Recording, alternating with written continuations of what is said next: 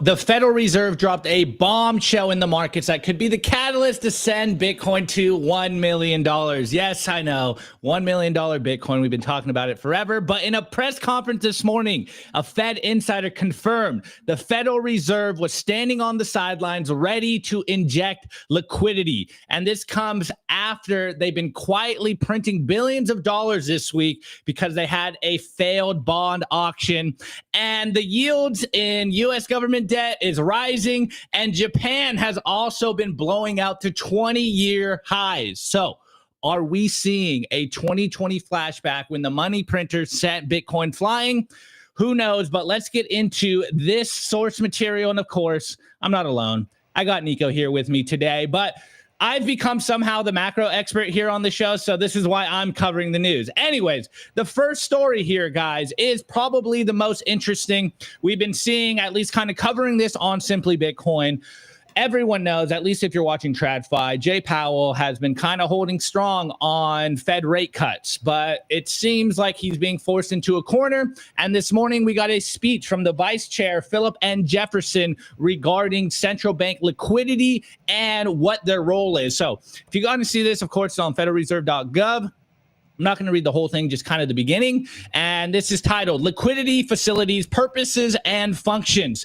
Again, the main question here should be, why are they even talking about liquidity at this moment in the market? We're going to show you why. But first off, let's just talk about what they said on the term or the theme, as I would say, of turning on the money printer. So here we go. This is their theme, though.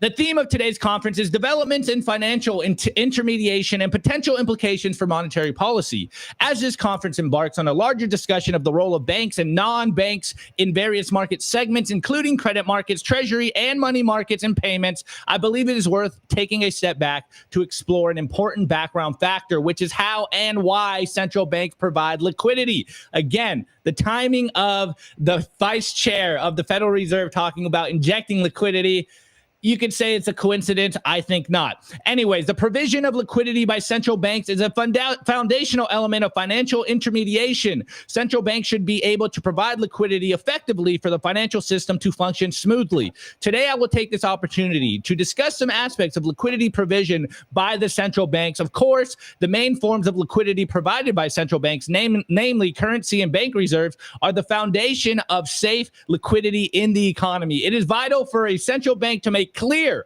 again, it is vital for a central bank to make clear that it stands ready to provide liquidity should stress emerge, but a central bank must also take steps to minimize moral hazard. Moral hazard in this context refers to the concern that publicly provided liquidity might encourage private financial institutions to take an excess risk. So the rest of this article, he kind of, breaks down the mechanics of it. That it's a little too much jargon for us. But again, the main point, he is doing a speech to re-emphasize why the central bank is ready to inject liquidity into the system. And you might be asking, what's this have to do with Bitcoin? I will get there, but the context of why they are talking about this today, I think, is also the big kahuna here. As we've known for a while, QE, quantitative easing, basically money printer go burr. It hasn't been on the table, but they are doing some stealth quantitative easing, and it's all based because no one really wants to buy yield or buy bonds. Sorry. And we got this article over the weekend, Yahoo Finance. Why is the Fed quietly buying billions in bonds and hoping nobody notices? So again, I'm just going to cover this. Yeah, I'm just going to cover this a little bit and then, show a little charts. Nico's going to chime in. I got some more for you guys. So just reading the beginning, the U.S. Federal Reserve just pulled off something stealthy. Over 4 days last week, without fanfare, the Fed vacuumed up $43.6 billion in U.S. Treasuries. That's $8 billion in long-dated 30-year bonds on May 8th alone, plus another $34.8 billion earlier in the week. Not exactly small change. Quietly returning to the quantitative easing trough isn't standard Fed housekeeping. It's like a bank robber returning to the scene because he forgot his keys. Love Yahoo. This was actually a really good article here. But again, what's this have to do with Bitcoin? Well, let's just go handy dandy fred.stlouisfed.org, and let's just look at the last time they injected liquidity into the market. Obviously, they just continuously print money, but the last time they injected a huge ton. I was going to curse. It's still early. Huge ton of money into the system was, of course, 2020. And we all know what happened in 2020. But you can see just a parabolic print here for M2 money supply. Now, going further, not going full TA, but we all remember what happens in 2020. Yes, it wasn't the glorious 2017 bull run, but the last time they printed this much money, Bitcoin absolutely ripped. So it looks like quantitative easing or money printer going burr. The Fed is essentially, as I was telling Nico's like, what does this mean? Like, I don't understand what is going on this morning. And I'm like, essentially what is going on? Imagine, you offer up a product, say maybe $4.36 billion, and then no one wants to buy it. So you essentially buy it from yourself, and then you take that cash and you're like, yeah, we're good, guys. Trust me, this is good. This isn't money laundering. This isn't the expansion of the money supply. We just bought it from ourselves. This is awesome. Now we're richer. Now we're in a good, stable place. But the TLDR of this first portion here, Nico, so what you're saying, money printer is on. So what you're saying, basically, is the Fed essentially offered these bonds on the open market. There was no interest, and then the Fed bought them themselves. Yes, that's exactly what I'm saying. And then they did it in a stealthy fashion, hoping that no one would notice. Totally, literally the easiest way you can explain what happened yesterday. And guys, for you guys that aren't connecting the dots here, essentially, no one is wanting to hold the, standard risk off asset, which is government debt or US government bonds right now. And it's really blowing up the markets, which is a greater indicator of what we always say here on Simply Bitcoin, that you need to hold some Bitcoin. It's truly the only risk off asset currently in the market, non-parallel to the traditional financial system. So what most people think is the safest bet in the market is starting to look like it's not safe. And that is not a good thing for traditional financial markets in general, because it all hinges on government debt. Now, Nico, again, I said there is more to this. And this is probably even crazier here. So we saw this weekend. It was actually yesterday, but Japan's prime minister says that his country's financial situation is worse than that of Greece. And remember what happened. 2008 financial crisis. Greece went basically bankrupt. They blew up. It had huge implications for the rest of the traditional financial system. But for many people that don't understand the connection between Japan and the US, is Japan's bonds is essentially like a leading indicator of where our bonds are going. It's the linchpin for all of traditional financial markets. And going further into this, breaking this down in terms of Bitcoin is where it starts to get a little scary. Now, I'm not coming on here to say full doom and gloom. It's about to blow up tomorrow. All I'm saying is we're seeing a monetary restructuring in real time. So I literally found this guy this morning, but he's been putting a lot of really good tweets in regards to what's going on in Japan. And I'm not going to read the whole thing. Again, you guys can follow him, _the_profit_. He's got a lot of good tweets right now about this. So he goes, this is a major inflection point, and most people have no idea what it means. You can kind of break this down. Japan's debt to GDP is over 260%, but the market tolerated because of one illusion. It's all domestically owned, so it's safe. But that illusion just cracked because their own prime minister admitted systemic insolvency. This isn't just a Japan story. It's the beginning of a global sovereign unwind. Japan is the canary in the bond coal mine. Bitcoin is the exit, not just from inflation, but from broken governments and dying debt systems. As a Bitcoiner, you're way ahead of it. The world isn't ready for this. And Max Kaiser, forget what his name is, the high priest of Bitcoin, he is going bananas this morning. And he goes, this slow motion train wreck, the pin popping, the global Ponzi scheme has taken 20 years to finally burst. The quote, yen carry trade, look it up, has provided liquidity to keep $2 quadrillion worth of derivatives afloat, and now it's unwinding. Is this the finale of the fourth turning, a global bond apocalypse ushering in depression 2.0? Who knows? But of course, the ultimate safe haven Bitcoin, $2.2 million Bitcoin in play. We're being a little conservative if this does blow up this year by saying $1 million Bitcoin. But again, this isn't just going on in Japan. You're seeing this happen in the United States as well. Over the weekend, we saw bond yields skyrocketing. So the U.S. credit score got downgraded by Moody, And you're seeing that there's a lot of panic in the market. The US 30-year yield is back to June 2007 levels, just before the great financial crisis kicked off. A 2-year bear market plus a 5-year recovery, falling dominoes are hitting foreign economies. And if you check the 30-year bonds this morning, it's almost at 5%. It actually hit 5% over the weekend, which basically means no one wants to buy bonds. Again, you can look at interest rates in a very simple framing. Interest rates is basically, what they pay people to have interest in buying these bonds. So the more they raise, the more it shows no one wants to buy these bonds. So they have to keep raising it to incentivize people to buy this. Now, the interesting stuff is kind of the reactions we saw this morning in regards to the bond markets. Of course, they're rolling out their people saying, the official members and part of the TradFi, Federal Reserve, Treasury, they're saying, guys, everything is good. As Hassett said this morning, American bonds are still the best buy. Well, it looks like the market is totally disagreeing, and we're seeing some heavyweights this morning say the exact opposite. So we saw JP Morgan CEO says, I'm not a buyer of credit today. It is a bad risk. And of course, we're not the biggest fans of Jamie Dimon. We all know Jamie Dimon. But when Jamie Dimon speaks, his words carry weight. As I've heard through the grapevine a few times, Jamie Dimon basically runs countries. We've heard he's been in talks with Trump.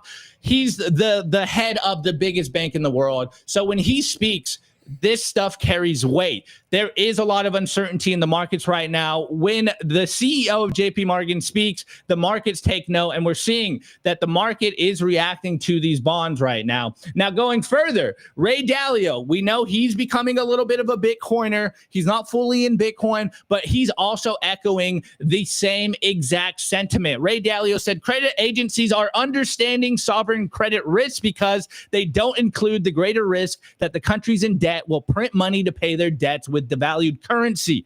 So they're all saying the same thing and tying this fully back into Bitcoin. The bond markets are scaring the big boys. Wall Street is starting to be forced to get into Bitcoin. And I think the big kahuna here following all of this bond market news is JP Morgan announced this morning they will allow their clients to buy Bitcoin. Historically, Jamie Dimon has been one of the biggest anti-Bitcoin proponents in the world. He historically said, or rather infamously said, he would fire anyone who bought Bitcoin from his company. And now he is going to allow his bank to sell Bitcoin to its customers, though they will not custody that Bitcoin. But he added he is still not a fan of Bitcoin, which I think might be the signal here. Even though he's not a fan of Bitcoin, he knows the writing on the wall is he has to, at the very least, give the people what they want if he wants to stay afloat, because these bonds, they're not looking good, guys. Now, this is a simplified 45 IQ take of what's going on in the bond markets. But essentially, when the bonds puke and no one wants to buy them, it really is showing, as that one tweet by the prophet said, systemic risk in the system. Now, this is why we are Bitcoiners. This is why we always tell you guys, you need to have an asset, a money that is not controlled or a part of the traditional financial system. Of course, that is Bitcoin, an apolitical, neutral money outside of the traditional financial system. This is the safest bet, period, right now. Yes, there's still a lot of talk about Bitcoin being a speculative asset. There's still a lot of people wrapping their heads around Bitcoin, but it's becoming very clear. And we've been covering this for the last couple of months, Nico. Bitcoin is becoming a literal global macro asset. We have matured, guys. Bitcoin is on the main stage now, and they can't ignore this. The more that these Wall Street titans start to bend the knee to Bitcoin, start to look away from bonds, the more and the faster that Bitcoin will become the truly global reserve currency, money of the world, asset, whatever you want to call it. It is happening in real time. There is fundamental problems in the system. They're going to turn on the money printer. They've already turned it on in stealth mode. They don't want people to know that there is a problem because, hey, it's literally like yelling, there's a fire in a movie theater, and you don't want to panic the markets. The more they panic the markets, the faster this basically gets accelerated, and they're slowly, I would say very slowly, getting their positions ready. They need to have their positions before they announce that things are going really bad. So I posted this morning, a little GIF of the margin call beam, the big CEO guy. This is the moment in the movie where they are meeting, they're deliberating at 4 a.m. and they're wondering what is going on. And I think the takeaway is they're going to start selling, guys. They are going to tank this market at some point soon. Or the other rabbit hole, the other fork here is they are just going to print a bunch of money to devalue their debt, which means everyone's going to get wrecked here if you are not holding Bitcoin. If you're not holding assets, basically, if you're not holding assets, like this is the Greek tragedy out of this whole situation, which is essentially like if you assets every time the government prints money, you get absolutely wrecked, right? And well, Opti, Opti, we were crafting the story this morning, and Opti had such a deep understanding of it. I was like, dude, you got to do the hook, man. You got to do the intro, bro, because you get this a lot more than I do. But I'm gonna hit it from a different take, from a different perspective. Just add my 2 cents here. Essentially, Powell has not been playing ball with the Trump administration, right? Regardless of, the blowout election, the Republicans won the House, they won the Senate, they won the executive branch. Essentially, Powell has not been playing ball. And that's in stark contrast to how Powell essentially treated, monetary policy during the previous administration. He didn't really care, regardless of the, inflation, he said he came up with excuses for it during the Biden administration. He said that it was transitory, it wasn't a big problem. And then during Trump's first administration, he did the same thing, right? He kept the rates high for a long time, and it seems like during this administration, the same thing is happening, right? Even though inflation numbers continue to show that they're lower and lower and lower, Powell seems to just hold on, basically saying, you know what? No, it's still a little bit heated. And in a way, you can make an argument that the Fed's been acting a little bit political, but essentially what Opti is making the case for is they're getting forced into a corner and they're not going to have a choice but to make money print or go burr. And actually, you can make an argument that they already are making money print or go burr, but they're doing it in a way that is silent. Now, what's really interesting, I read you guys this article. It was originally released by Arthur Hayes. Essentially, he was making the case that, Jerome Powell is just going to get owned by Bessent, and Bessent is going to bend, and Jerome Powell is eventually going to bend the knee to Bessent. And it's an incredible article. We read you guys this entire article. Of course, Arthur Hayes has like a mimetic approach to it, but essentially he makes the case that Bessent is going to force Jerome Powell's hand, regardless of whether Jerome Powell wants to play ball or not. And we already know, based on a video that was released by James O'Keefe, that there was a member of the Fed, like an employee of the Fed, basically admitting on camera that Jerome Powell doesn't like the Trump administration and he'll do whatever it takes, essentially, to try to sabotage it. Now, what's really interesting is that Arthur Hayes followed up, again, referencing the BBC, which is that article that I just pulled up, where he essentially makes the case that, look, that Powell is essentially Bessent's bitch. I don't know, to put it nicely, I guess. Not our words, Arthur Hayes's. Not our words, right? And essentially, Arthur Hayes is pulling it up right here. He's showing the charts, and he's basically saying, like, look, quite a move. The BBC is on notice. If this bleeds into higher volume in the move index, expect immediate policy action. That's exactly what Opti just covered. The first thing, that was an announcement from the Federal Reserve itself, basically signaling to the market, we will step in if we have to. And essentially the reason that they're signaling this is because they're trying to sell bonds and no one is buying the bonds. The credit ratings are going down, right? There's panic. So what do? What has historically happened every single time these types of situations present themselves? Well, in the past, you know what they do? They print money. This is what Arthur Hayes is saying. Translation, equals burr, money printer go burr. Now, this is what Larry Lepard has essentially theorized in his book, The Big Print. This is the big print that he's talking about. Essentially, United States fiscal policy is unsustainable in the long term, and eventually they're going to just have to turn on the money printers, and essentially that is what's happening.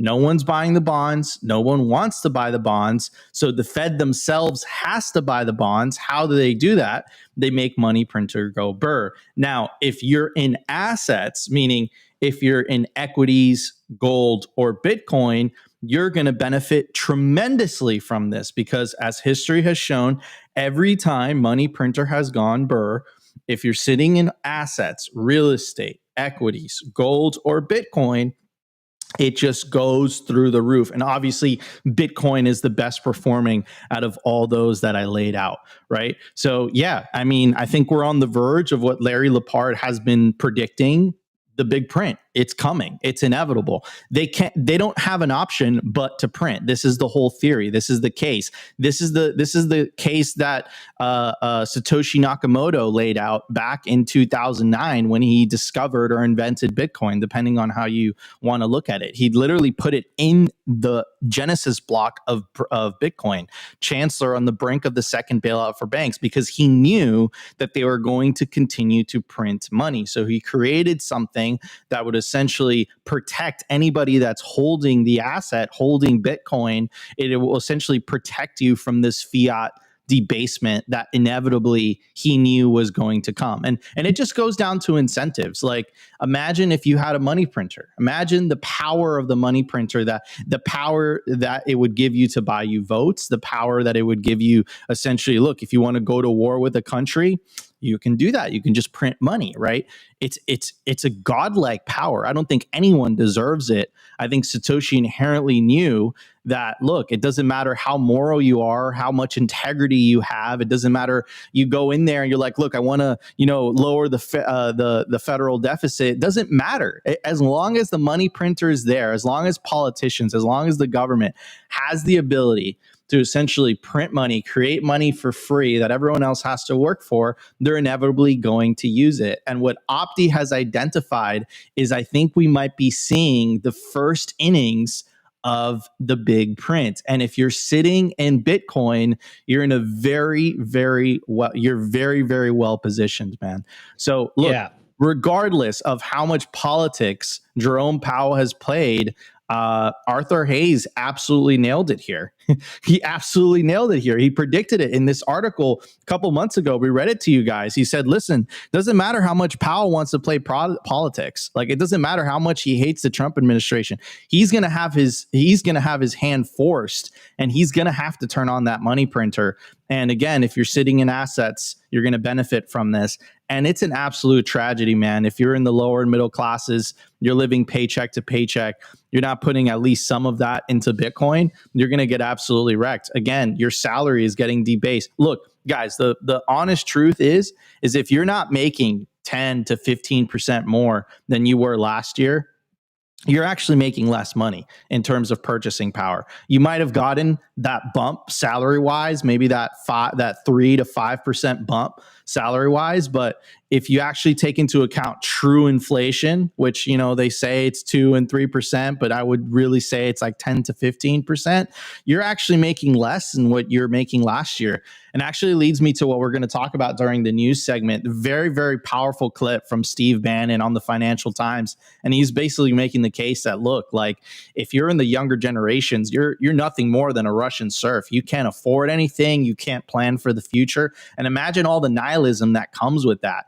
That short-term thinking, that short-term pleasure seeking, because you have no hope for the future. Bitcoin restores that hope. And we're on the verge of, I think, a money printing extravaganza the world has never seen before. Need liquidity without having to sell your Bitcoin? For more than 6 years now, Ledn has been the trusted choice for Bitcoin-backed lending, with transparency, security, and trust at their core. I absolutely love these guys, and I personally not only have an account with them, but also a loan. And some of the key features that I love about Ledn is the fact that there are no monthly payments. you pay at the end of the term. You also have the ability to roll over the loan as well, and you can pay it back whenever you want. Essentially what they do is that they help their clients unlock the liquidity of their BTC, allowing you to HODL while still accessing the wealth of your Bitcoin. They've been battle tested with their focus on transparency, security, and trust, allowing them to build a proven track record of client success and security, helping tens of thousands of clients harness the value of their digital assets with confidence and peace of mind. Learn more about what your BTC can do for you today. Simply Bitcoin viewers get 0.25% off their first loan by using the link in the video/podcast description. What are you waiting for? Head over to Ledn.io today.